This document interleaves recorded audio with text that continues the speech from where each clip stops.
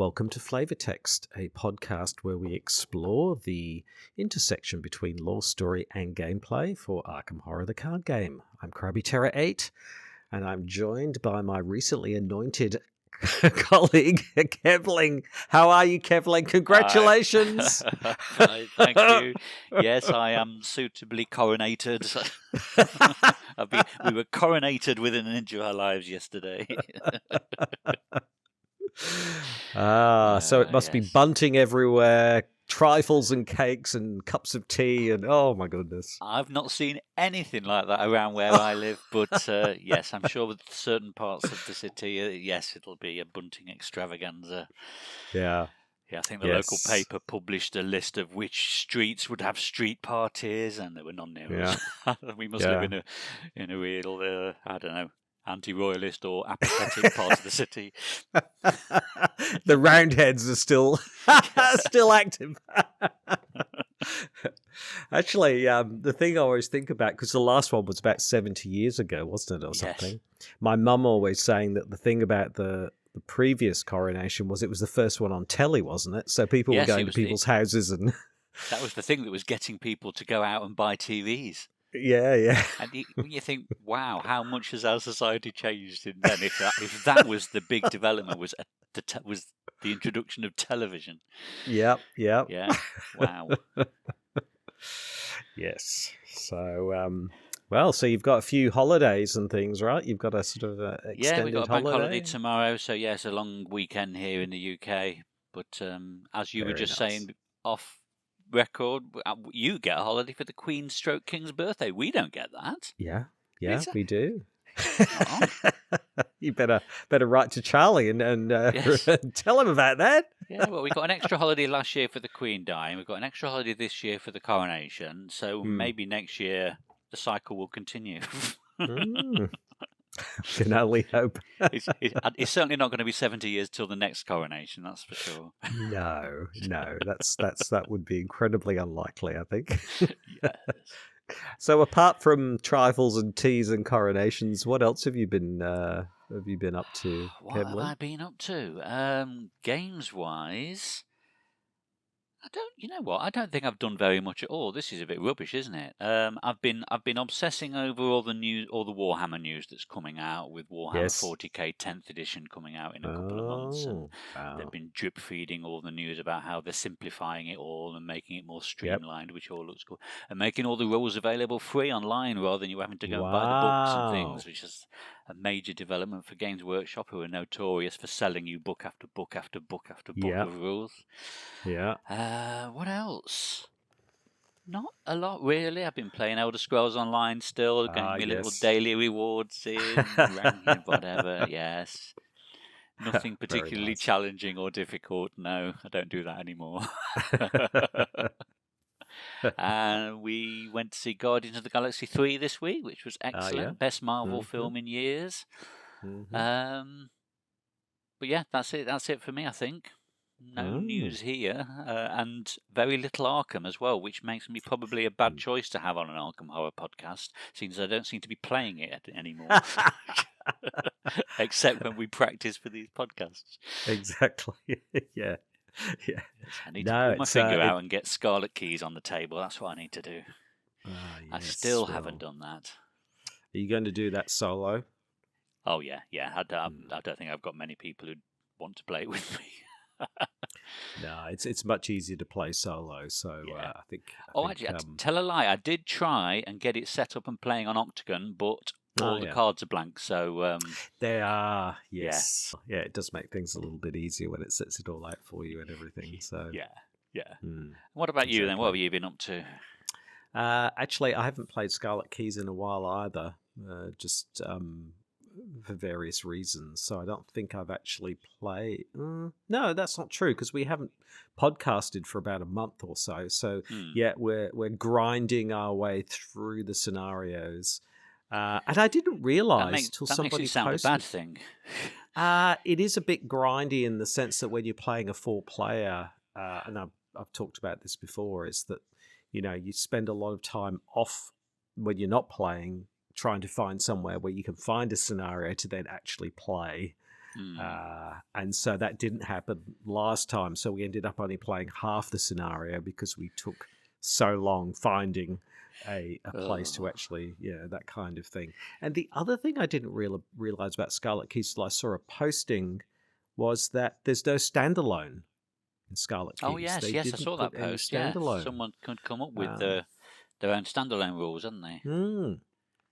Which is sort of surprising, but I hadn't even sort of noticed that. So, so it is feeling a bit grindy, and like I say, I'm kind of not really engaging with the story because it's so open ended. It's sort of just feels like a set of scenarios. There is a macro story there, I guess, but it sort of suffers somewhat from the open kind of world approach.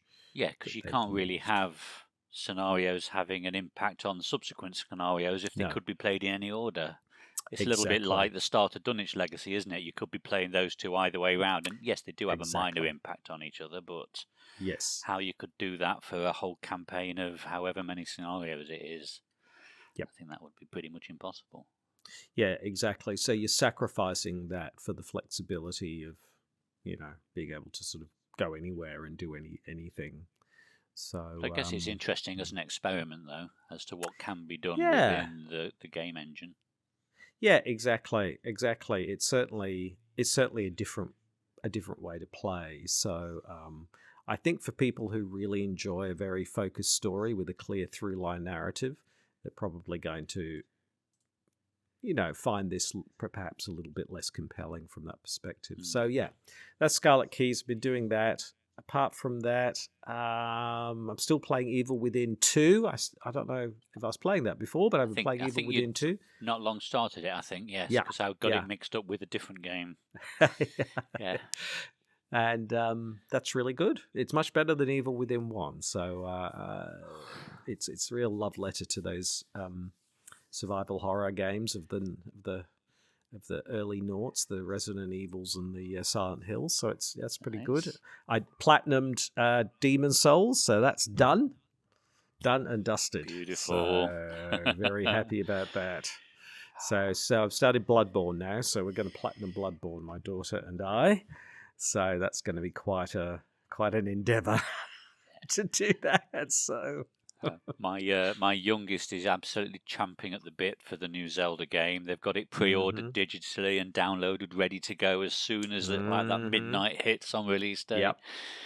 Because Breath of the Wild is their favourite game of all time. Yeah, and really good. I think they must have played through the whole game at least 4 times. So that's the other big thing on the horizon in this household. Yes, exactly. So. There we are. So anyway, Boundary Beyond. That was quite an interesting scenario that we endured. Kevling, wasn't it? Yes. I'm trying to think. Did we not? We did succeed, didn't we? Or did we end up getting defeated right at the end? I can't remember now. I think we actually did it, didn't we? We succeeded in the sense that it's a bit, it's one of those ones. It's not a win-lose. It's more about how much you succeed or how least you succeed. Yes, it's how many paths, isn't it? Yes. Yeah. Yes. So we did it. We did okay, actually. I think. Yeah. Pretty well. So for us, anyway. For us, definitely. Yeah. Yes. Yes, anything above abject failure is a success for us. Yes. Exactly. So, where were we in the overall campaign? Where had we gotten to, Kevling? So we just done Threads of Fate, hadn't we? Mm-hmm. Yes. Then we had that resupply point, and then we were heading back down to Central America, weren't we? Yes, exactly. Into the jungle, into the Boundary Beyond. Yes. Yeah. Basically, most of these locations are in Mexico City, aren't they? So that's where we're off to. Yes. This week. Exactly. And so there's this around this scenario. There's sort of some activities you do before, and then there's some activities you do after, with various sort of choices and options and things depending on what's been going on. So. So there's this relatively short preamble, I think, which is just Rays of hot yellow sunlight beat down on you from above as your car speeds down the dusty highways of southern Texas. Did they have highways in southern Texas in 1920s? I don't know, but anyway, just outside of San Antonio. It's been several days since you hit the road from Arkham on your way to Mexico City, where you may be able to get answers from some of Alejandro's associates, or even better, from his adversaries in academia. Your recent investigations in Arkham uncovered much, but despite all the knowledge you laid bare, the trail went cold soon after. The Brotherhood that you exposed in Arkham, and Brotherhood is in inverted commas, which suggests that's not really what they are. The Brotherhood that you exposed in Arkham has all but vanished from the city. Its members left behind little information as to their objective, other than the name, the Nexus of Nkai, a place of power that Ichtaka believes is the Brotherhood's ultimate destination. Enigmatic as ever, the Etzli warrior sits in the passenger seat next to you. She is tensed and coiled like a spring, the Ford's leather seat offering her little comfort. So that's a relatively short exposition there before we get into the sort of the tasks. Yeah, and then we got these three sort of decision's the wrong word, but impacts on how things progress, and all three of these first three are all based on how we did in Threads of Fate. So the first one, check the campaign log. If we forged a bond with Ichtaka, we read Ichtaka's quest, or if Taka is in the dark, the lead investigator reads Silent Journey. And so that was from the Act 3F. If you completed Act 3F, Threads of Fate, then you have forged a bond with Ichtaka. So if you have forged a bond with her, she asks, how close are we? She asks for the 100th time since departing from Arkham. She's like a child in the back seat. Are we there yet? Are we there yet? We have to get to Anahuac as fast as we can. The longer we take, the more time the Brotherhood has to reach the Nexus. You recognize the old Aztec name for the Valley of Mexico and inform Ichtaka he'll be crossing the border into Mexico within the hour. She crosses her arm, grits her teeth. You suffer no ill effects. Whereas if Ichtaka is in the dark, she's quiet and pensive for the majority of the journey. Your questions are met with a wall of silence and a steely glare. Whatever she has planned, you are being left in the dark. Each investigator begins the scenario with 2 fewer cards in his or her hand. So then the next thing is you check the campaign log, and if the investigators found the missing relic, the lead investigator reads Arcane Thrumming. And if the relic is missing, so again in the Threads of Fate, if you didn't manage to recover it, the lead investigator reads Growing Concern instead. So Arcane Thrumming sounds like some sort of weird synth pop band from the 80s or something. But throughout the journey south, the device you recovered from the clutches of the Brotherhood continues its endless humming, wrapped in a thin bedsheet on the back seat of your car. Your understanding of the relic's nature is deepening. The investigator with Relic of Ages, a device of some sort, in his or her deck, swaps it with the new version, which is the Forestalling the Future, which does more things, I think, than the older version. I don't have it in front of me, but I think it's a bit more, does more stuff or something. Yeah. And then Growing Concern instead is the loss of the Etzli relic weighs heavily on your mind. Clearly its value is more than simply academic. It holds power within it that you cannot yet begin to fathom. You are certain that the shadowy Brotherhood is behind its disappearance, but for what purpose? And for that one, you remove the relic card from the game. You don't have it anymore. The next one is based on the third act deck from Threads of Fate as to whether we rescued Alejandro or whether he is missing. So if we rescued him, throughout your journey, Alejandro scribbles endlessly in his journey, the sound of pencil scratching against paper, a constant reminder of his presence. He remains huddled in the back seat of the car, his knees keeping the journal still, his brows furrowed in thought. This Brotherhood is the least of our concerns, he says with an air of finality. I've been trying to decrypt the glyphs the device bears. The symbols are clearly not Aztec or Mayan, nor are they from any other Mesoamerican civilization for that matter. I believe there is some other place the relic belongs, somewhere it was taken from. Wouldn't you agree, Miss Ichtaka? Ishtaka's already grim expression grows darker, her eyes narrowing. She doesn't bother to turn around in her seat before addressing Alejandro. It belongs somewhere. Meddlesome scholars cannot abuse its power, she replies in a cold tone. And that is the end of the discussion. Crossing the border into Mexico is less stressful endeavour than you imagined it to be. Due to Alejandro's connections, you are waved through customs with nary a stray glance, and soon enough you are on your way to Mexico City. Each investigator begins the scenario with 2 additional resources. Whereas if Alejandro is missing, somewhere just north of the border you stop to rest for the night. Your eyes are drawn to the empty seat behind you, and you wonder where Alejandro is right now. You suffer no ill effects. So I'm not quite sure how that fits in with the first one about Ishtaka, where she's sitting completely silent and ignoring everything anybody says, but then she'll turn around and have a little snap at Alejandro. And it's like, maybe they don't quite fit, but yeah. Yeah. What I do like about it is, and I mean, I like, and then there's more of these sorts of things, is that, you know, choices that have been made and things that have been done have a direct impact on the narrative. Yes. I really like that. It's a nice way of tying them together, bridging them in that way. There's a minor impact on the gameplay, like, yes, you might have a few less resources or a few less cards, but nothing major, so to speak. No. But like you say, it is more the narrative and the story that's being portrayed, isn't it? Exactly. Yeah. So I think that's really good the way that they've done that. That's great. Yep. Speaking of which, you then need to check your supplies, and if you have gasoline, then you cross that off. If you don't have any gasoline, then you have to read out the out of gas option. If you have the gasoline, you don't read anything. I think you just, it's just there. Otherwise, fuel is a constant concern throughout your journey south. You're able to refuel several times along the way at general or hardware stores, but eventually your car putters out along the side of the road just north of the southern border. You and Ichtaka are forced to walk several miles to the nearest town to refuel, setting you back several hours.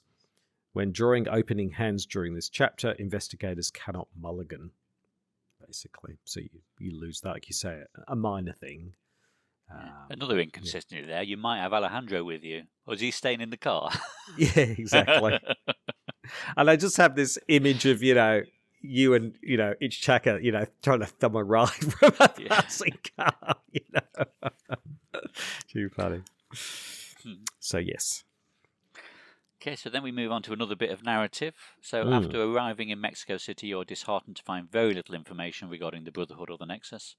You peruse the archives of the city's libraries and universities, but come up empty-handed. You can't find any of Alejandro's former colleagues in the city, and even his enemies refuse to speak to you, save for one, a woman named Padma Amrita, who studied Alejandro's work before he came to Arkham. She agrees to meet you at a trendy lounge in the southern part of the city, late at night. Ichtaka remains a short distance away, observing your new informant silently.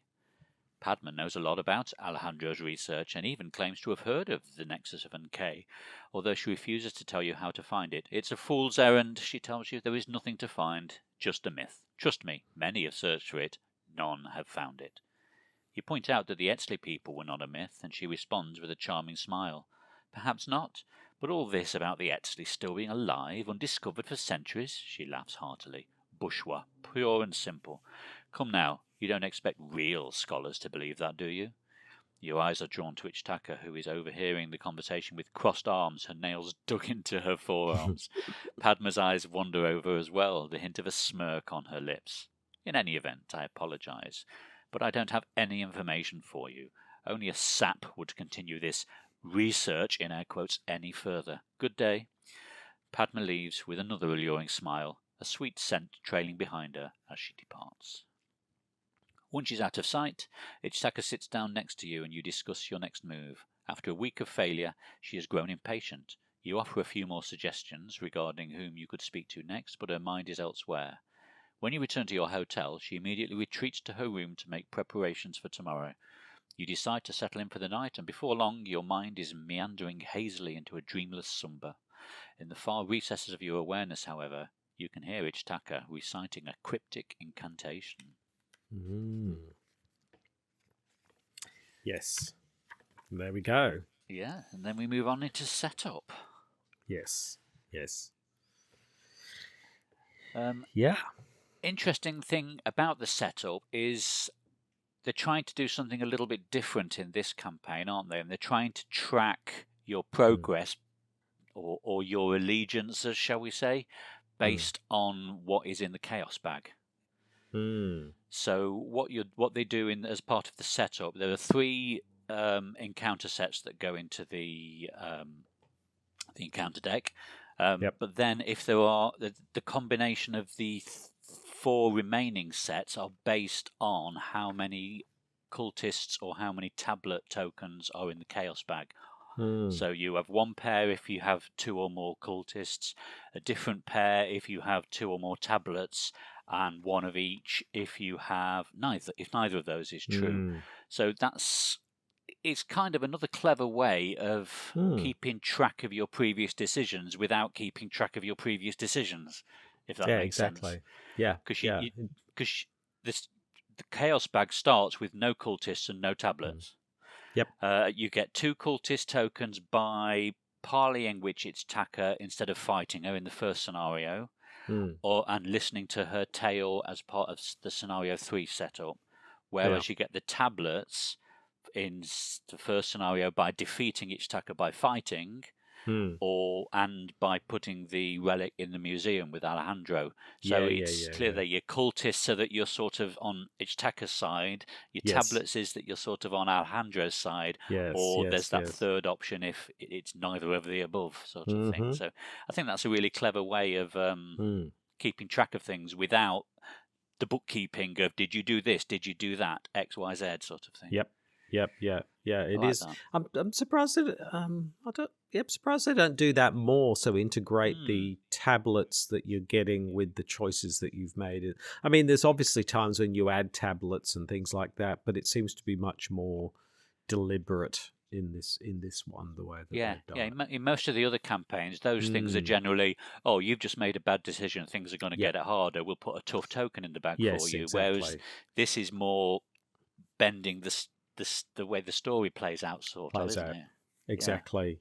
And so depending on how you're going, so for example, I think in the Boundary Beyond, for example, if it's cultists that you've got, then cultists get more doom if you fail and you reveal the cultist token. Whereas if you've got the tablet on board, if you fail and there's a serpent enemy at your location, they attack you. So different effects. One's sort of cultists get an edge on you or get some benefit.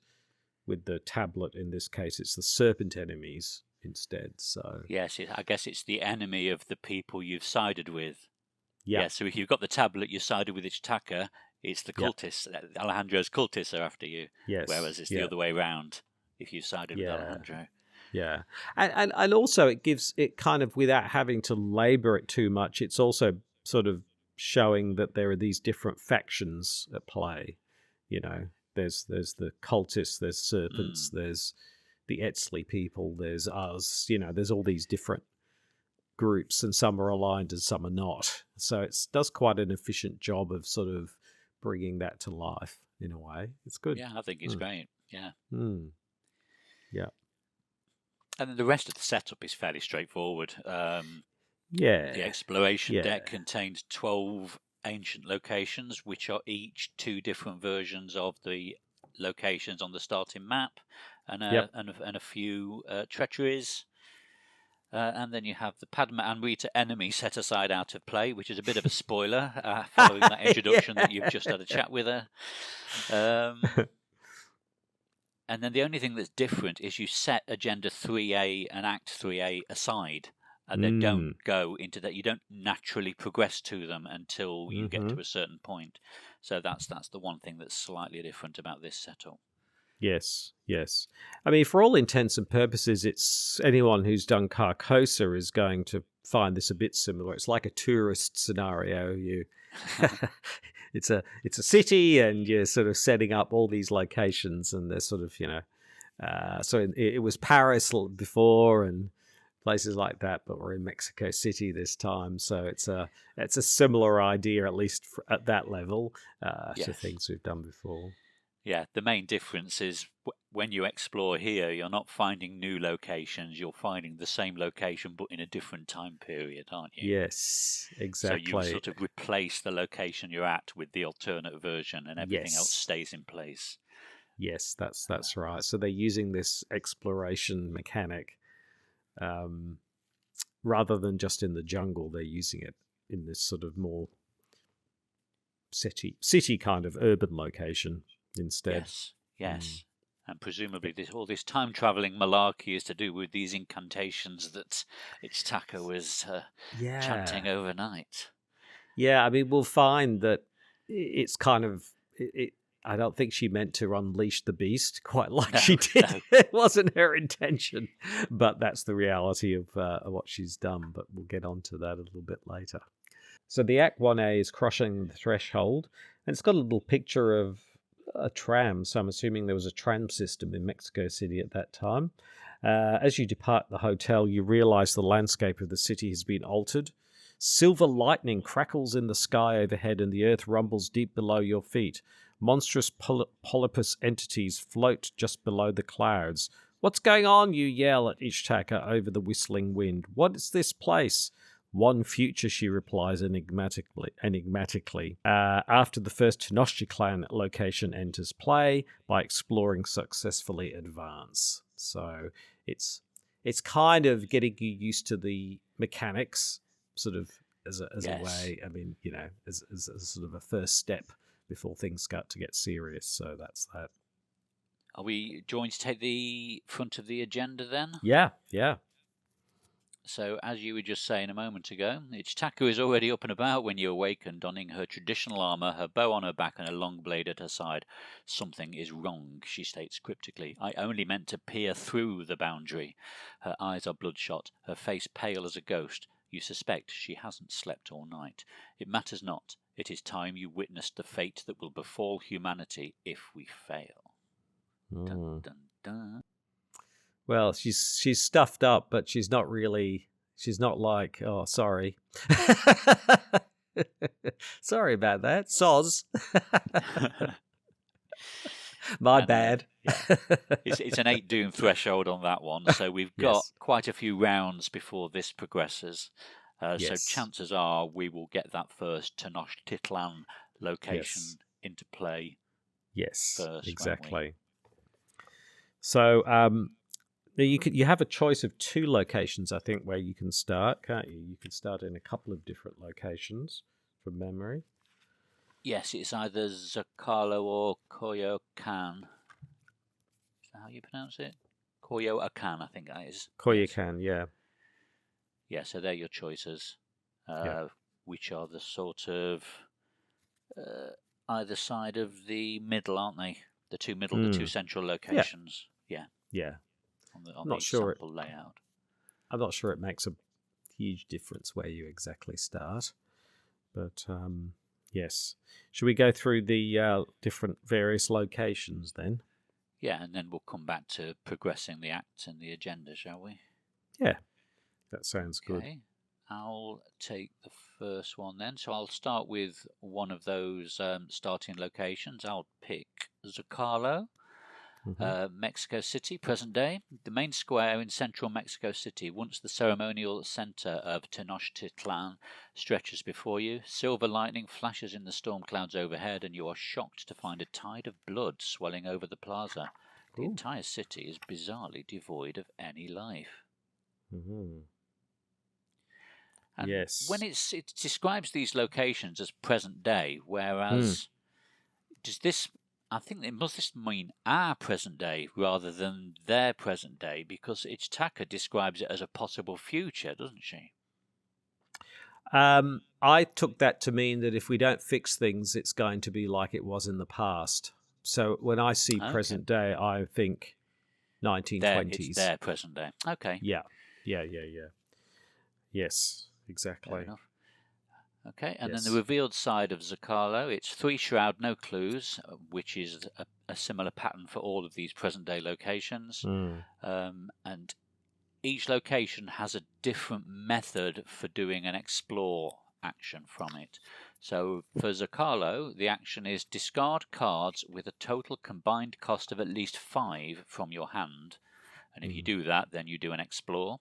Draw the top card of the exploration deck. If it's a location with a matching location symbol, place it on top of this location, taking its place. And then you transfer to that new time period of that same location. And Tenochtitlan, my understanding is essentially it's the same area, but it was the sort of the Aztec, because Mexico. I didn't realize this, but Mexico City was sort of built on the original Aztec city. It was sort of the center of the Aztec Empire, which is the. So Zocalo was like the ceremonial center of, Tenochtitlan, which was the old city. So it's a city built on a city, essentially, Mexico City, in that way. So yes. Well, I was looking into Zocalo and what it meant, and it's basically what the locals call the main square in Mexico, and it actually translates as plinth, because they were going to build a big monument to their independence, only they never did, and they only ever built the plinth. So that's why it's called Zocalo. Never got any further. Now, what was the second? Was it the Coyoacan? Yeah, Coyoacan. So this is, again, present day, although not always part of Mexico City. Coyoacan has always been a historic area marked by narrow cobblestone streets and plazas. The ground shakes as you walk down one of the village's many confined paths, and you suspect there is more that lives below the surface. So there we go. And if you do manage to successfully flip this one, on the other side it's a 2 shroud, and it's take 1 damage or 1 horror, explore, draw the top card of the exploration deck. So they're quite punishing. Exploration is quite punishing in this scenario. In the past, there wasn't so much of a punishment in the earlier scenarios, but they're really ramping them up now. You're taking damage, horror, you're losing cards. It's really kind of quite there's quite an impact with these. And every single one's like that, isn't it? It is. They are. Now, Coyoacan, part of the historic center, apparently this was used by the Spanish, this area of their headquarters during their conquest and occupation. Okay. So they kind of based their headquarters here at Coyoacan. So. Right. Okay, I'll take the next one. I'll take Xochimilco at the bottom of the map. A small wooden boat bumps up against the side of the canal, swaying gently in the rippling water. A juniper tree sticks out of the shallow water nearby, bending in the mild breeze. Very sort of a romantic description there. And then when you flip that, 4 shroud, no clues. While you are at Xochimilco, you cannot gain resources. And then to explore, you need to spend 3 resources. So it's almost as though if you haven't got the resources, you're going to have to go away, get them, and come back to actually be able to do the explore. Yeah.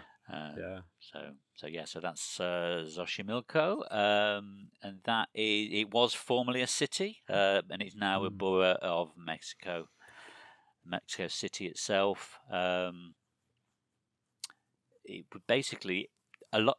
Again, I didn't know any of that. I'm completely oblivious to the history of Mexico and Central and Southern America. But apparently, the whole area used to be a massive lake, and it was sort of drained. So a lot of these places we're looking at, like Tenochtitlan and Xochimilco, were like cities on separate islands. So they were completely isolated from each other, but then the lakes and the canals were drained, and then there were just a few canals left, which sort of brings you to the sort of the current sort of landscape where the land's all connected again.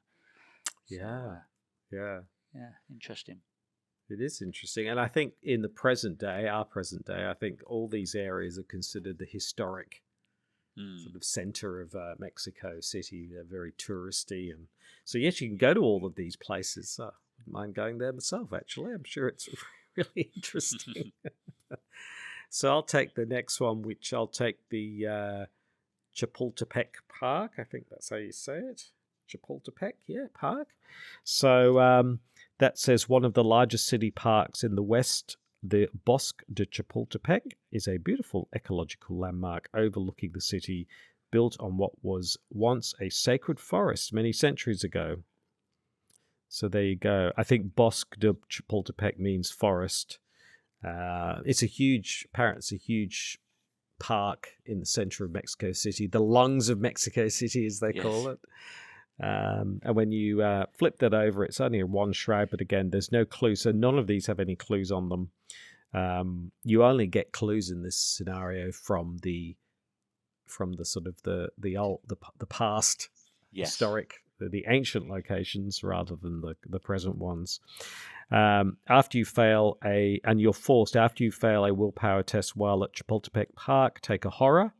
Not sure why, doesn't sort of say why, but and exploring, you've got to test 3 willpower. So you want to be a fairly high willpower person at that park. So the problem is, if you've never played this scenario before, you're going to be stumbling around to locations and going, oh, can't really do that one, and go somewhere else. Because, of course, once you know it, you can kind of go, well, I'll go to these ones first. I'm much more likely to succeed. I think it can be quite punishing for a true solo player as well, because if you're playing a character with low willpower, there's no way you're going to be able to progress that location, which sets you at a disadvantage right from the offset. Yes, exactly. Yeah, and interestingly, we'll come to it in a minute, but the ancient version of this location is Chapultepec Hill, but Chapultepec means Grasshopper Hill, so it's Grasshopper Hill. There you go. That's my interesting fact for today.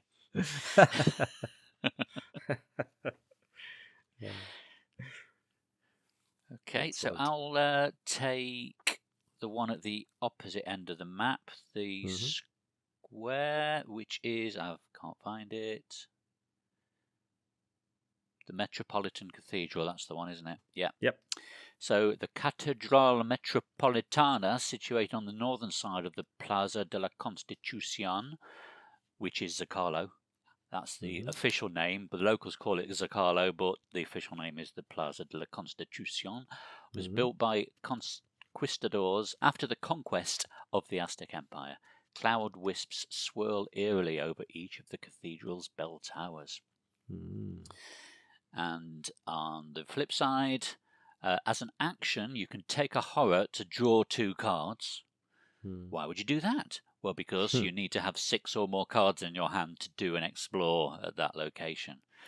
So again, it's every single one of these has a specific criteria for you to be able to explore. So that's that one. Yeah, and the final location is the temple ruins. They're the exact location of the main temple of, I keep having to look how to pronounce these, Tenochtitlan is not yet known. Excavation has begun in search of the ruins of the many temples which once covered the area. And this has just 2 actions for here to explore. So this one's relatively benign compared to some of the others. Just takes 2 actions to explore. So yeah. I was having a look on Wikipedia, and it looks like there's about 7 different temples have stood on the same location over the years. Wow. So, yeah. Yes. Excellent. Okay. So that's all of the present-day locations, isn't it now? Yeah. So chances are we'll have done an explore at one of those locations and put a Tenochtitlan location into play, which would trigger the act progressing, wouldn't it? Is that right? It would. That's exactly right, yes. Yeah, because the explore deck has 2 of each. I mean, it's also got some, nasty encounter cards, but it shouldn't be too hard, like you said, to find one. Yeah, so it's 12 locations, of which 2 will match the one you're at, plus 3 treacheries, wasn't it, I think? Yeah. Exactly. So the odds are slightly against you until you weed some of those treacheries out. Yeah. But then it should be fairly straightforward. Yeah, I think we found that. Because I think we got some treacheries early, but then it was relatively straightforward after that. Yep. Yeah. So if we flip the act then, Act 1B, we've put our first Tenochtitlan location into play. Um, in the distance, light seeps through a wide crack in the ground. As you approach it, you realize the chasm is not natural at all. Below, you see the sky, as if you were peering into a reflection of the clouds above. Wisps of grey smoke emerge from the chasm, giving off a familiar bittersweet scent. You step through and resist the urge to vomit as the world spins upside down. When you open your eyes again, you are in another place. Not somewhere, but somewhen. The investigator who just put a Tenochtitlan location into play by exploring successfully must test willpower of 4. If he or she fails, he or she must search the collection for random madness or injury weakness and shuffle it into his or her deck. And then an important point here, note, beware that the location connections are different on Tenochtitlan locations, which is something we actually missed on our practice playthrough the other week, wasn't it? We did. Yes. Yeah. Yeah, so the way the map's laid out, you've got the 4 in the centre that are like a diamond shape with 2 either side that connect into that diamond, whereas on the ancient versions they almost become a circle. It's just looks like a big loop of locations just connecting around the edge. Yep. Okay. And so then that reveals Act 2A, past and present. Is this real or a vision? Either way, the secrets of the ancients may hold the key to finding the Nexus of Unkay. Objective, find paths to the Nexus by discovering all of the clues from as many different Tenochtitlan locations as you can before time runs out. If there are 6 Tenochtitlan locations in play with no clues on them, advance. So this is like we're in the real meat of the game now, aren't we? Yes, so now we know what we've got to do. We've got to do that difficult, penalizing explore at each of those 6 locations to reveal the ancient version, and then get the clues from each of those 6 locations. Easy.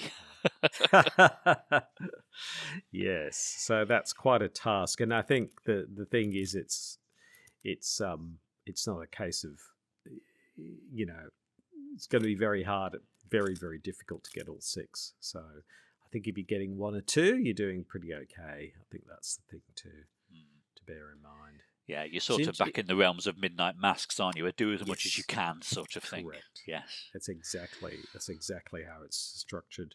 It's interesting how it's, in most scenarios you usually get clues to sort of uncover things. But in this one they've sort of used exploration to get the locations that have the clues, and then take the clues off. So there's this sort of it almost, in some ways, it feels like they've grafted on the exploration and given it a reason for being, so to speak. Yeah.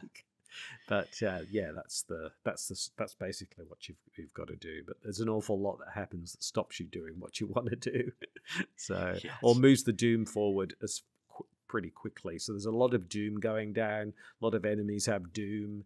So even though it can seem like you've got quite a bit of time, that can change very rapidly. We found that, right? We found suddenly there was a ton of doom on the table, and we'd barely gotten anywhere. So shall we look at the ancient versions of each of these locations then? Yeah, I mean, they don't have any flavor text on them, but basically each one is a replacement, and there's a couple of versions for each place, right? Yep, absolutely. Yeah. So if I start with Zocalo, which there's 2 versions, they are the canals of Tenochtitlan. I'll say that again. Canals of Tenochtitlan. I'm getting it right now. And they are really quite different, not in terms of the number of clues. They both got 1 clue per investigator.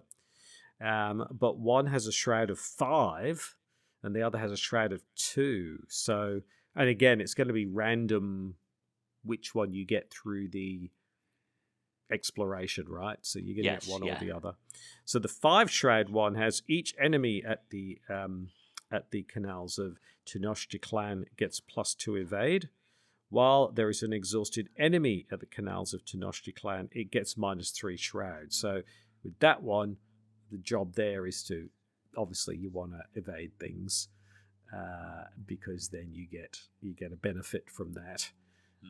Being someone like Finn, for example, you get an extra action for evasion. That kind of thing is going to be very helpful. That kind of Unless you've got a things. character that's good at investigating and can just get the clues without having to reduce the shroud Exactly. or get bonus Exactly. clues from their cards. Exactly.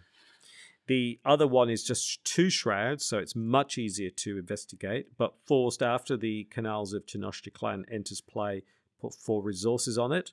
Canals of Tenochtitlan gets +1 shroud for each resource on it. So it looks relatively low, but actually, it's actually a shroud of 6. It's not a shroud of 2.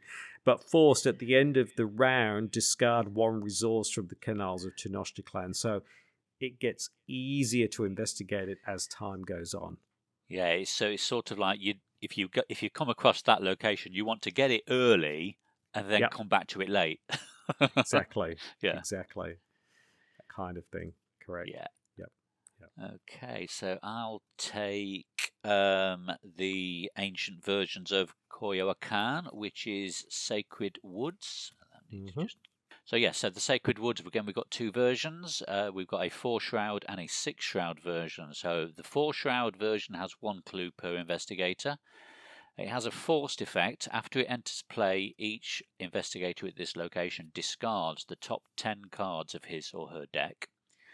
And then as an action, if you have no cards remaining in your deck, discover all of the clues at Sacred Wood. So it's trying to mill your deck, get all your cards out of your hand, or out of your deck, sorry, but you could then get all the clues. That's probably useful in a 4-player game, but maybe not so useful in a 1-player game where there's only going to be 1 clue there anyway. So it's that's a lot of work for 1 clue. So you're better off investigating. But yeah. And then the other version, it's 6 shroud, and again only 1 clue per investigator. While you're at Sacred Woods, increase the cost of each card you play by 2. But while you're investigating, it gets -1 shroud for each asset you control. So again, it's sort of trying to balance, similar to the present day locations, it's trying to balance something negative with something positive. So yes, it's difficult to get your assets out, but if you've got the assets out, the investigation will be easier. Yes, exactly. Yes. Yeah, so that's the Sacred Woods. Yeah. Then we've got Xochimilco. So Xochimilco has got Lake Xochimilco. I think you were talking about this before. So the lakes and things. But I think in the 20s, I think the water system had been drained for other purposes. So this here, again, there's a 2 shroud and a 4 shroud version. But the 4 shroud version also, you get more clues on it. So the 2 shroud version just has 1 clue per investigator. Forced after Lake Xochimilco enters play, each investigator at this location loses all of his or her remaining actions.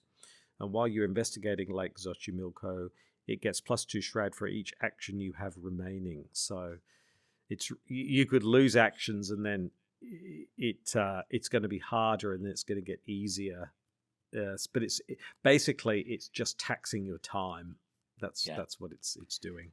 Yeah, because as soon as you arrive there, you've got no actions left, so you've got to wait till your next turn, and then it's going to get +4 shroud because you've still got 2 more actions left. So it's it's like a double punishment, isn't it? Exactly. The 4 shroud version has 2 clues per investigator on it. So after Lake Xochimilco enters play, each investigator at this location takes a direct horror. Ouch. And while you're investigating Lake Xochimilco, if you have 3 or few remaining sanity, it gets -2 shroud. So, okay, that's great. But, and, if you're playing this one with a bit of trauma on you, you might actually be in that situation anyway. So, yes. Yeah. I mean, on most of these, I'm not seeing a pattern between the type of effect that's happening and the sort of the narrative or the location you're at. It's all quite arbitrary, really, isn't it? It's just, here is a punishing effect to make investigating more difficult. Yes. Just to try and make it's almost artificial difficulty, isn't it? To make everything even harder than it normally would be. Yes. That's exactly right. It just feels like you say that they've just arbitrarily gone, let's come up with a whole lot of different sorts of effects, and let's just sort of assign them to these locations.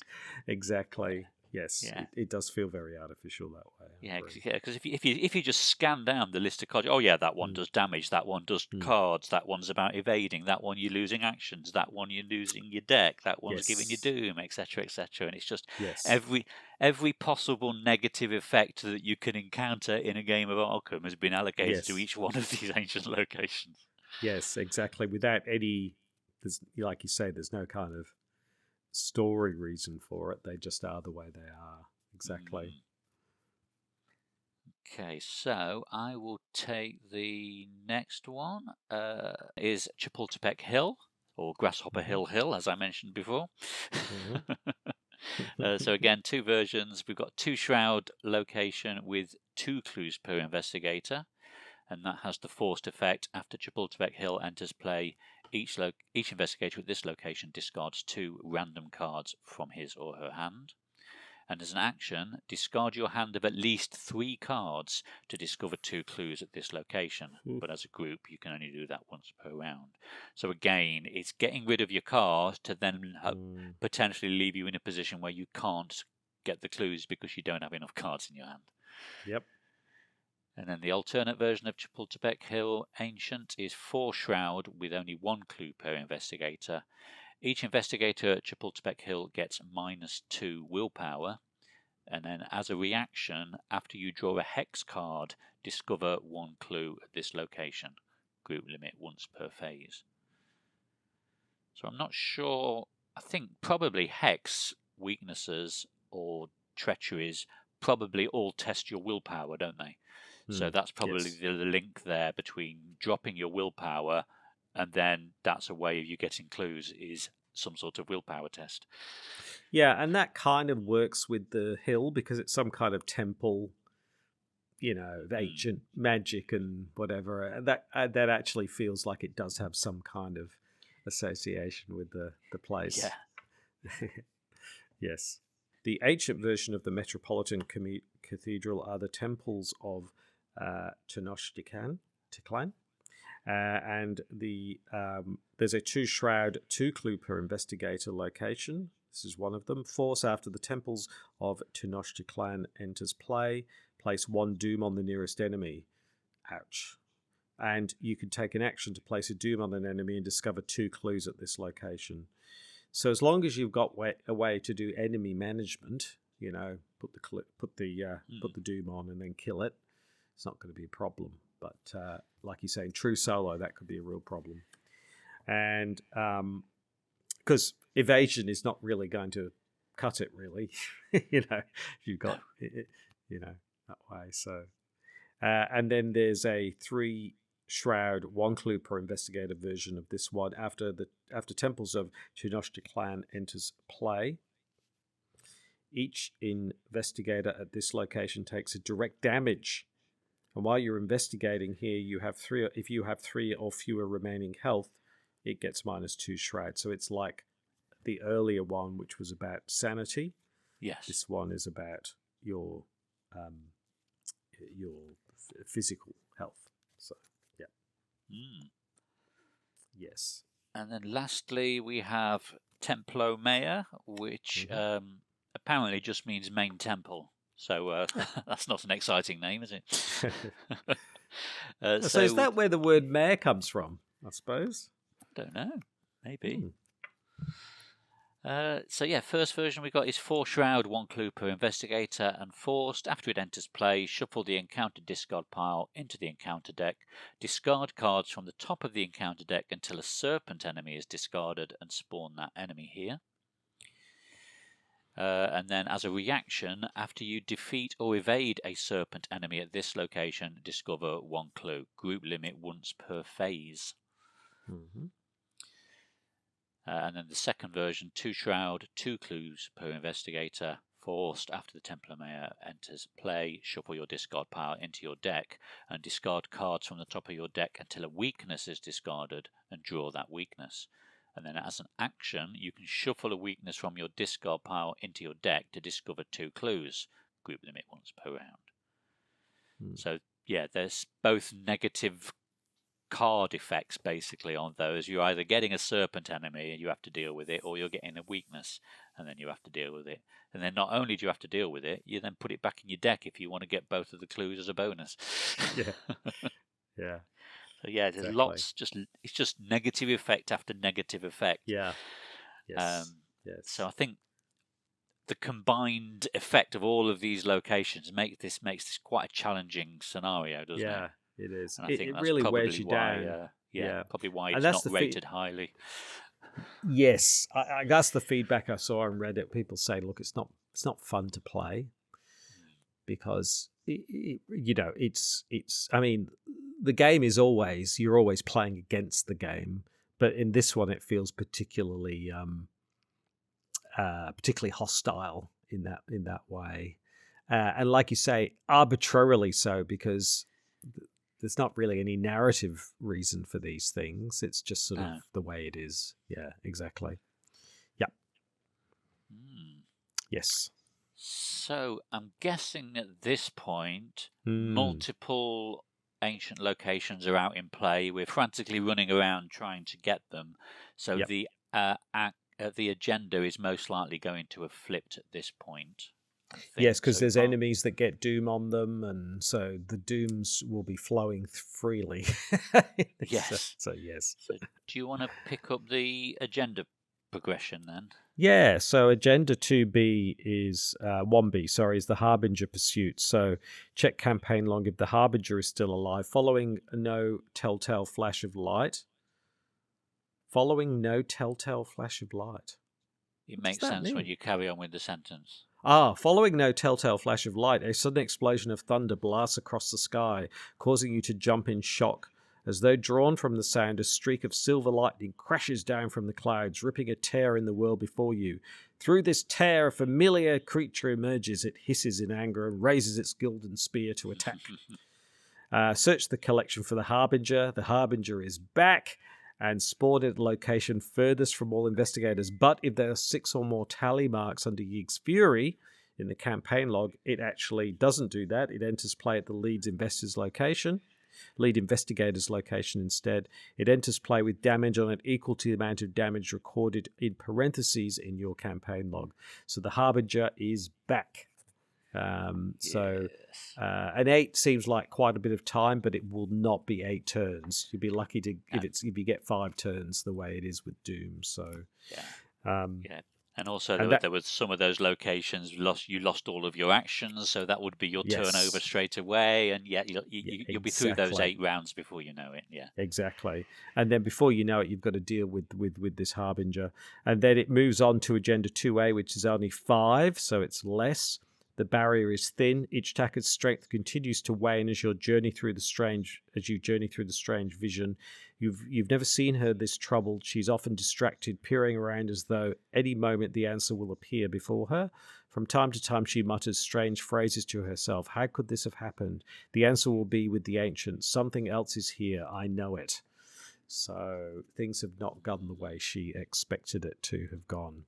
Now we're at the point where we are running around trying to get all of these clues to progress the act, while at the same time the Doom is ticking away on the agenda. So chances are we've got Act and Agenda 2A both in play at this point as we're still racing around trying to get all of these clues. Exactly. And chances are you're not going to be able to advance. You're not going to get the 6 locations unless you really know the scenario well. Yeah. So shall I progress the agenda then on the assumption that we're not going to progress the act at this stage? No. So Agenda 2B then. So another 5 Doom have progressed. So silver flashes of lightning become more frequent and the sky starts to split open. Thunder rumbles in the distance and you watch the skylines of both cities, the present-day city and its ancient predecessor, are consumed in a giant stone moor. 6 pillars surround the cavernous opening, each glowing vibrantly. A red hue erupts from the center of the opening and the ground shakes with the force of an earthquake. We've seen enough. We must get out of here while we still can, Ichitaka shouts. For the first time since meeting her, you hear a telltale trembling in her voice. Find each Tenochtitlan location in play with no clues on it, and add those locations to the victory display. So in terms of the way these locations work, that would then reveal the present-day locations for... You'll be back to having all 6 present-day locations in play. Yep. Then, for each present-day location in play, search the exploration deck for a location with a matching location symbol in the upper left corner and place it on top of that location, taking its place. Each investigator loses each of his or her clues. Spawn the set-aside Padma Amrita enemy in Templo Maya. Remove the current Act deck from the game and put the set-aside Act 3A and Agenda 3A into play as the current Act and Agenda. Yes. So I think both of the decks follow the same pattern. You get to, whichever one progresses to the second one, you then scrap the decks and put Act and Agenda 3 into play. Yeah. Yes, you're right. Yes, exactly. So it doesn't matter which one you progress, you end up in the same place. Yes. Yeah. Exactly. Yeah. And so if you were successful in getting all of those 6 locations, you then get the other 6 versions out anyway. So whatever happens, you've got to face them all. Exactly. Yes. Do you want to do the Act progression to get us to the same point? Yeah, so same thing with Act 2A. You do all the 6 locations, and then it's, I think it's exactly the same on the other side. Yes, so the text and everything is identical. It's identical, okay. Yeah. And so then we end up with Act 3A, the return trip. Ichitaka points to the temple in the distance, shouting over the raging storm, "It was her! She's the one trapping us here! She'd known all along!" One way or another, if you want to get back home, you'll have to slip through the rift Padma entered from. If Padma Amrita is defeated, you advance, or if investigators in Templo Maya spend the requisite number of clues, you can advance, which is 2 per investigator. So that's what you've got to do. And that's why it told you had to lose all of your clues on the previous Act and Agenda. Otherwise, I've done it. Yeah, that's right. Exactly. Can't make it too easy. No. Yeah. And then I think Padma has an effect on her that while she is ready, while Padma is ready, clues cannot be discovered from each ancient location. Oh, right. So she's there at the temple. The map layout has changed to being a circle now that we've switched to all ancient locations.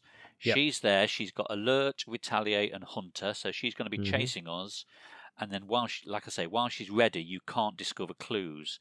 And it's clues that you need to be able to progress unless you defeat her.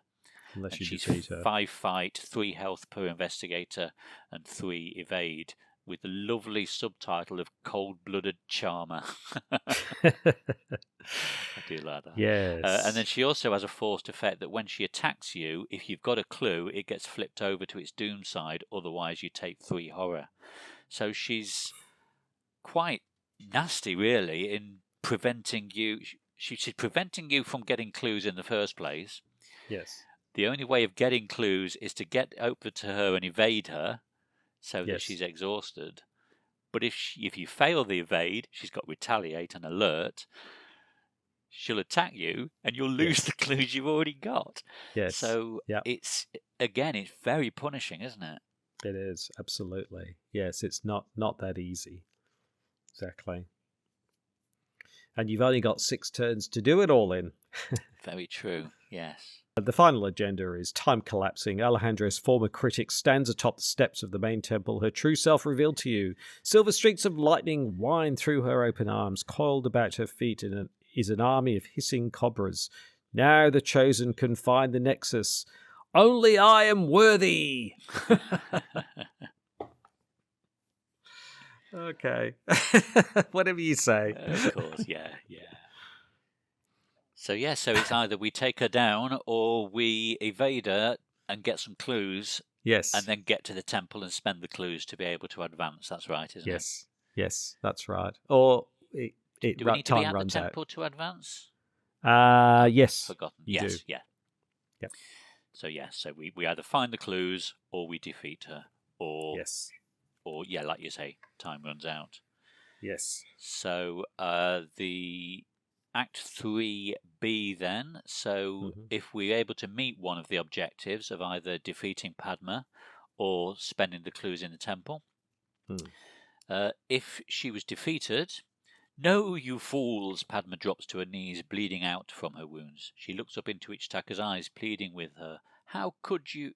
She's about to say something else when Ichitaka silences her with an arrow fired into her lung. Go, says Ichitaka. I'll be right behind you. You shake off your fear and step through the rift. Resolution 1. So what do you think that means? Because it seems like she's like a guardian. So there's this nexus. And it's almost like she's in place to stop people finding out where this nexus is, and that Ichitaka's betrayed. It seems like she's betrayed her in some way. By how could you? It doesn't. It feels like something like that has happened. I'm not sure. Yeah. Because it's not like because Ichitaka hits her with the arrow before she can say any more. They clearly, therefore, know each other. It's not like, they're clearly there was something about this thing about guarding the past, guarding ancient ruins and these sorts of things. So it's almost like Ichitaka has betrayed some kind of understanding that these things were not to be known by other people. So even though Padma seems like she's evil, you get the feeling that Ichitaka is not exactly innocent either. In just reading that, so yeah. Then the other version, if we'd spent the clues to advance, it plays out slightly differently, but generally the same. No, come back here, Padma screams as soon as she figures out your plan. You can't leave me here. I have been chosen. Ichitaka looks back at her with a pitying glance. The two of them share a knowing look for a short moment, and you hear Padma cry, How could you? Ichitaka pays her no heed, turning back to face you. Go. I'll be right behind you. You shake off your fear, and you step through the rift. Resolution 1. Again. Yes. So they're both resolution 1s. Yes. And so it's almost like Ichitaka's messed up. She wanted to just have a peek, but things got kind of a bit out of hand, and she's really messed things up. So, yes. Now, the other one is Act 3B, which is Trapped in Time. So this is if you don't manage to get back through the rift. Yes. Perhaps an eternity or two will quell your foolish desire to find the truth. Padma's laugh echoes across the sky as she steps through the rift atop the temple. Not that it matters much. Your kind will not exist on this earth much longer. She vanishes without a trace. You ask Ichitaka what your next course of action should be, but she's gone too. The storm suddenly quiets and you're left in the deafening silence, R2. Yes. Yeah. So there we go. Okay. Yeah. And the only other option is if we were defeated, of course. Yes, exactly. Yeah, so shall we look at the resolutions then? Yeah. So if no resolution was reached, each investigator was defeated. When you next open your eyes, you are back in the bed of your hotel room. You raise your hand to shield your eyes from the sunlight that pierces through the bedroom's curtains. The glaring light is akin to a vice crushing your temples. Thin wisps of incense smoke fill the air. Rising to your feet requires a colossal effort. A small voice in the back of your mind tells you it was all a figment of your imagination, a nightmare fueled by weariness. It is the voice of self-preservation, warning you to avoid the path of lunacy you have set upon. You ignore it and rise to your feet, your legs trembling with terror and exhaustion. Quietly, you call out for Ichitaka, wondering if she remembers what happened last night, or if she was even there to begin with. You find her slumped on the floor, her back against the door of the hotel room. She is unconscious and unresponsive, her face ashen. After several worrisome minutes attempting to wake her, you finally succeed. She sputters into consciousness, coughing violently and convulsing as though possessed. The cave! The moor in the sky bathed in red. Did you see it? Your head pulses with pain as you attempt to remember the events of last night, and you shake your head. It must be the path that leads to the Nexus, she continues, gripping her head tightly with one hand. You attempt to help her to her feet, but she pushes you away. What was I thinking? The boundary is thinning any tension, and it could have snapped. Her gaze shifts towards you. I should not have involved you in this, but like it or not, you are involved. It is too late to go back. I know where to find the Nexus, and you must journey with me. So, basically now we do the bookkeeping, really. So if it was still Act 2, then we put all the Tenochtitlan locations that had no clues into the victory display. We mark as X paths are known to you, whereas X is the number of Tenochtitlan locations in the victory display. Yep. We keep track of whether the Harbinger is still alive, and if so, how much damage is on them. We update Yig's Fury with any vengeance that we've earned, and then we gain victory for each card in the victory display with 1 extra XP for each Tenochtitlan location in the victory display. So you get a little boost there for however many Tenochtitlan locations you hoovered all the clues up from. Yes. Resolution 1, which is the one you want, really, is you're assailed by a prismatic assortment of colours and lights as your mind hurtles back into place. When you next open your eyes, you're lying in the city's central plaza, your head still spinning from the sensation of plummeting. A small voice in the back of your mind tells you it was all a figment of your imagination, a daydream. It is the voice of self-preservation warning you to avoid the path of lunacy you have set upon. You ignore it and rise to your feet, your legs trembling with terror and exhaustion. That woman, she must have realized who I am and followed through the breach I made. Perhaps she wished to know the location of the Nexus as well, Ichtaka says cryptically. Your head pulses with pain as you attempt to remember the events of the past few hours. You saw it, did you not? The cave, the moor in the sky bathed in red. She continues searching the sky in contemplation. It must be the path that leads to the Nexus. It's difficult for you to recall with precision what happened on the other side, but the image of the red cavern flickers across your memory. You confirm with Ichtaka that you saw the cavern as well and ask her how she knows it leads to the Nexus. Her bloodshot gaze meets yours and you think you spot the hint of a smirk tugging at her lips. It's a difficult thing peering across the boundary into the very threads of time. Perhaps you are more than you seem. She responds, the irony of her statement lost on her. Though she departs without answering your question, you understand the answer that remains unspoken. In the haze of broken timelines and unexplainable phenomena, the path you saw was one future, a future you intend to fulfill. Dun, dun, dun, dun. So again, yeah, for each of the locations, you get victory, the Harbinger. It's the same thing. It's exactly the same bookkeeping. Yep. What do you think it means when it says the irony of her statement lost on her? When she says, perhaps you are more than you seem. Is that like a meta statement in that we are more than we're seeing? We are a human being in the 21st century playing a card game and controlling the actions of this investigator. Yeah. Yes, I know. Not quite sure what they're getting at there, but yeah, might be a nice little meta commentary. Exactly. There. Yeah. Then we have Resolution 2, which was I've forgotten which one that was. That was if the agenda runs out. Yep. Yeah. The boundary along the horizon shimmers as your path home closes before your eyes. The surreal haze and the weightlessness you have experienced throughout this vision fades, and you are left with the sudden understanding that this is not a dream. You are trapped in a time that is not your own, and Ichtaka is nowhere to be found. You wander for what seems like hours, days, weeks. Your mind cannot take any more. The realization that you may be trapped here forever is terrifying. Desperation and despair take hold of your mind, a bout of madness and loneliness that you cannot escape.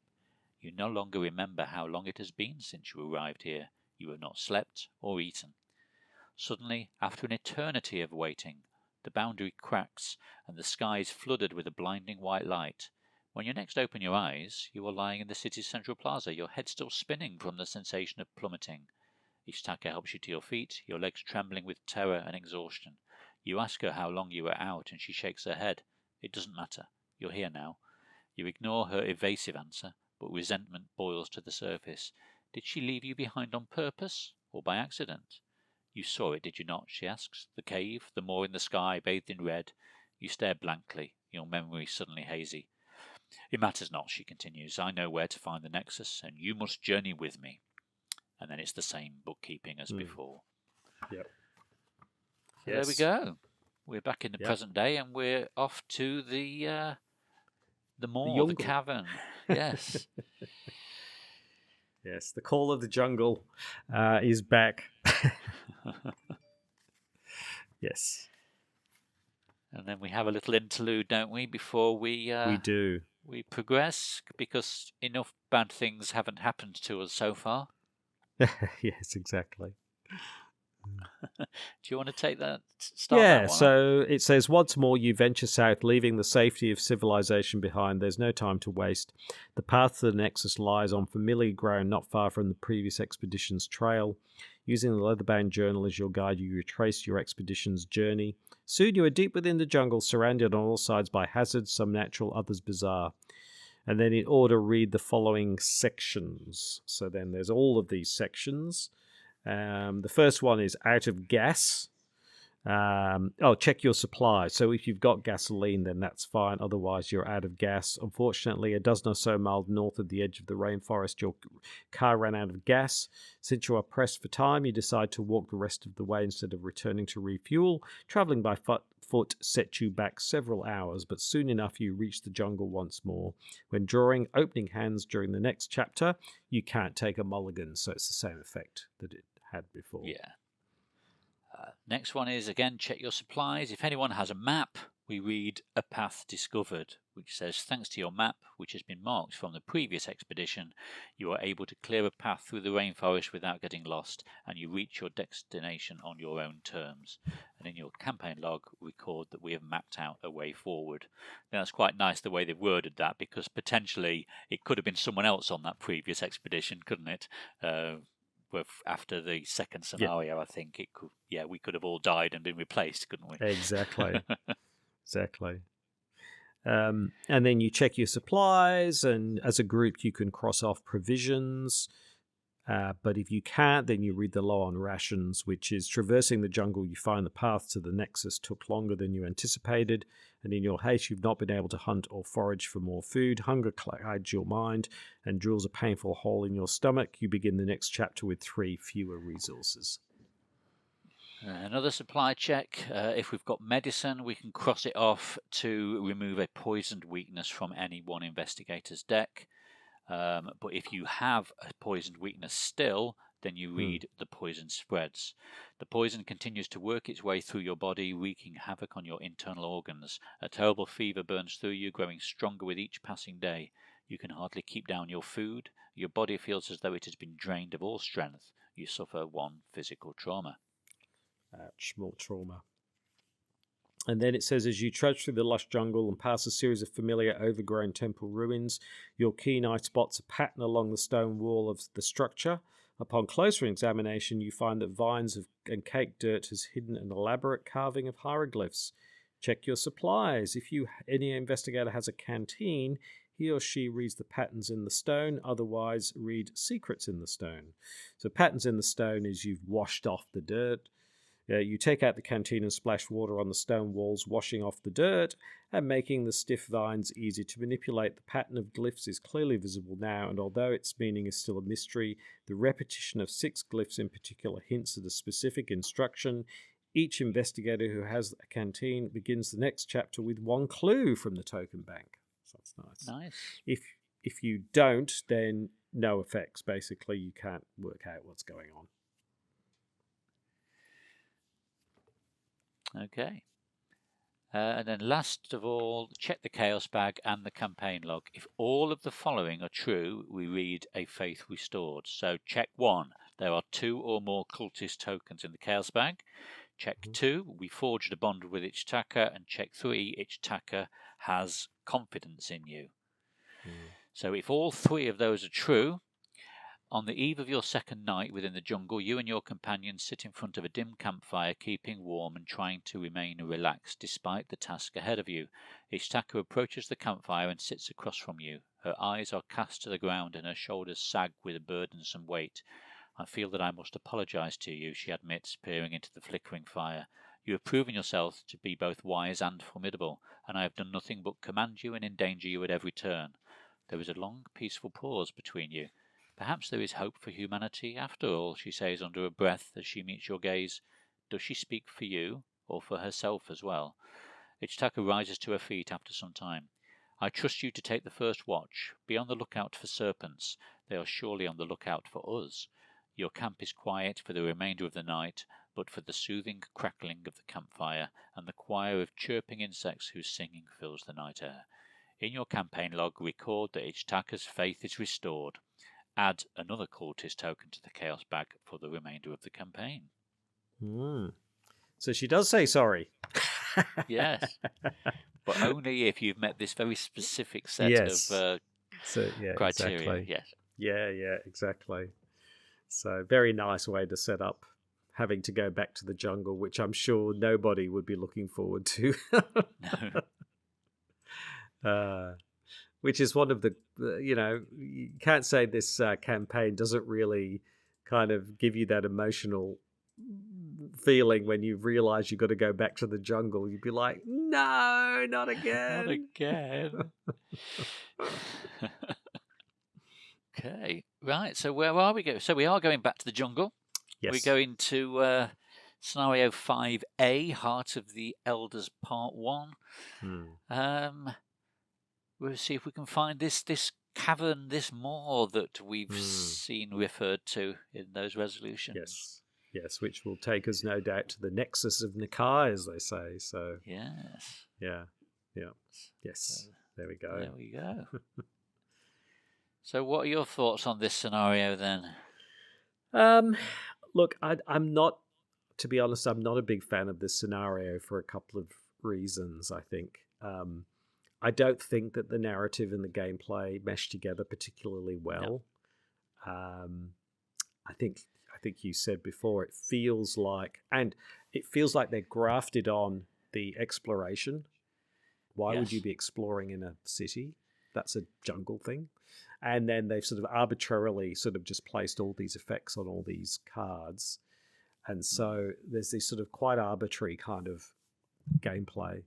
But the other thing is, it just feels like the story itself, it's like this is just to find out where the nexus of Nikai is, right? Do we need this video game scenario where there's fissures in time and big bads appearing out of nowhere, lightning above? You know what I mean? It feels like we're in some kind of video game level with a boss. Also, we have a vision that there's a vision, and that vision tells Ichitaka, that's where we've got to go. I mean, seriously, you could have added that to Threads of Fate as another kind of thing, is that, that's all the outcome is that, you learn where you've got to go. Do you know what I mean? It feels like it doesn't really progress the story very much. It's like for one tiny piece of information. You know what I mean? It just and so I'm guessing it's a consequence of the earlier release method where they had to have so many scenarios. Yes. Okay, right. So we've got this idea for this sort of time traveling mechanic. How can we fit this one in? And like you say, the scenario starts with Ichitaka trying to look into this vision. We then play through this scenario, and it finishes with Ichitaka having looked into the vision. That's right. Exactly. Nothing's really changed other than maybe we've strengthened our bond with Ichitaka through the process, perhaps. Yes. Yeah. Yeah. In fact, the things we do before and afterwards are actually the best parts, really. Yes. The little interludes are the best parts. And that is the narrative being affected by our decisions, our actions, our previous experiences. Yeah. And coupled with the fact that it is quite a punishing scenario as well, like you say, because of all of these arbitrary difficulties that are placed in front of us at every single location, having a negative effect to be able to do the explore. And then once you've done the explore, there's negative effects to be able to get the clues. And then you get onto the third stage as well, when you're trying to find the clues or defeat Padma. they're working against you to make it more difficult as well. It's like everything is difficult about this scenario, and coupled with the randomness, I think it just makes it a bit unpleasant to play, really. Yeah, I agree. I mean, it reminds me a bit of Black Star's Rise in the sense that there's a lot of lightning and stuff happening, right? So there's a lot of atmospherics Yes. and you've got these locations and you're trying to get things done at locations. So it feels a bit like that, but at least with Black Star's Rise, you had a reason for doing what you were doing. You kind of, there was a sort of a drive to kind of stop the cult from doing whatever they were doing, and you did or you didn't. Whereas this just it does feel like a bit of a sort of a filler scenario between Threads of Fate and getting back to the jungle, really, in a way. Yeah. So, I mean, I like the idea of sort of time traveling at all of these locations and stepping into the past, but like you say, just doing a test and discarding some cards, and all of a sudden I'm in the past now. Mechanically, it doesn't make sense. It doesn't fit the story. It's a nice idea, but it just doesn't mesh together properly, does it? Yeah. I think it. I mean, I get the idea of it being like a midnight mask. You're not supposed to sort of win or whatever. It's just. But again, you don't get very many victory points. Like every scenario in this campaign, it's pretty stingy with victory points. So and it's and okay, yes, they give you extra bonus victory points for the Tenochtitlan locations you're able to get all the clues at, but that's almost like a double bonus that if you can do really well. Whereas if you're only getting 1 or 2, you're only getting 1 or 2 extra victory points. Whereas if you get all 6, that's an extra 6 victory points. So it's like, if you can do really well at this scenario, you get an incredible amount of victory points as a result. Whereas most of us normal players will stumble around, probably get defeated, and maybe get an XP or 2. Yes. And in my mind, every time I'm reading these, I just imagine the Arkham Horror, the card game, video, and it's level 5 or 6 that we're up to, where each attacker invokes the thing and the rifts open, and then we're running around, jumping into the rifts, and then it just feels really video gamey. And then especially when the boss turns up at the end, you fools! At the top of the temple, and you've got to go defeat destiny. Them. That's right.